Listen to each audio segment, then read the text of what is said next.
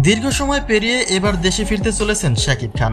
যদিও অনেকেরই ধারণা ছিল ছাত্র জনতার ভয়ে দেশের বাইরে রয়েছেন কিং খান, কিন্তু সেই ধারণাকে পাল্টে দিতে যাচ্ছেন খুব শীঘ্রই। কেননা গণমাধ্যমের দেওয়া তথ্য মতে আগামী 26 কিংবা 27 আগস্ট অর্থাৎ আগামী সপ্তাহে দেশের মাটিতে দেখা মিলতে যাচ্ছে শাকিব খানের।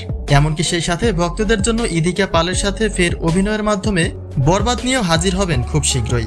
তাই তার বিস্তারিত জানতে একটা মুহূর্ত না টেনে সঙ্গেই থাকুন। কোটা আন্দোলন শুরু হবার আগে সিনেমার প্রমোশনের জন্য সিঙ্গাপুরে উপস্থিত হয়েছিলেন শাকিব খান, আর সেখান থেকে পরবর্তীতে উড়াল দেন যুক্তরাষ্ট্রে। কিন্তু দীর্ঘ সময় পেরিয়ে গেলেও দেশে ফেরার নামগন্ধও নেই কিং খানের।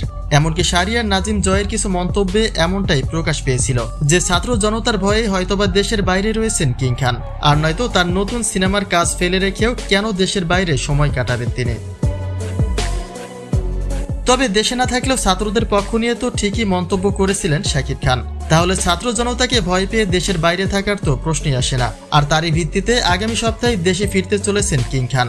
তবে দেশে ফিরেও নিজ পরিবারকে বেশি একটা সময় দিতে পারবেন না তিনি, কেননা জানা গেছে বিশ্রাম নিয়েই আবার ছুটবেন কলকাতায়। আর সেখান থেকে ফিরেই ব্যস্ত হতে পারেন ক্রিকেট মাঠে, যার কারণ হিসেবে বলা হয়েছে বাংলাদেশ প্রিমিয়ার লিগের বিপিএল এর একটি দল কিনেছে তার প্রধানমন্ত্রী ও হোম কেয়ার প্রতিষ্ঠান রিমার্ক হারলেন। অন্যদিকে দেশের চলমান অস্থিরতায় বরবাদ সিনেমাটির শুটিং পিছিয়ে কিছুটা সময় বাড়িয়ে নেওয়া হয়েছে। আর এই বিষয়ে সিনেমাটির পরিচালক মেহেদী হাসান হৃদয় জানান, এখন দেশের যে পরিস্থিতি তাতে ঠিকভাবে নিশ্চিত করে কিছুই বলতে পারছি না।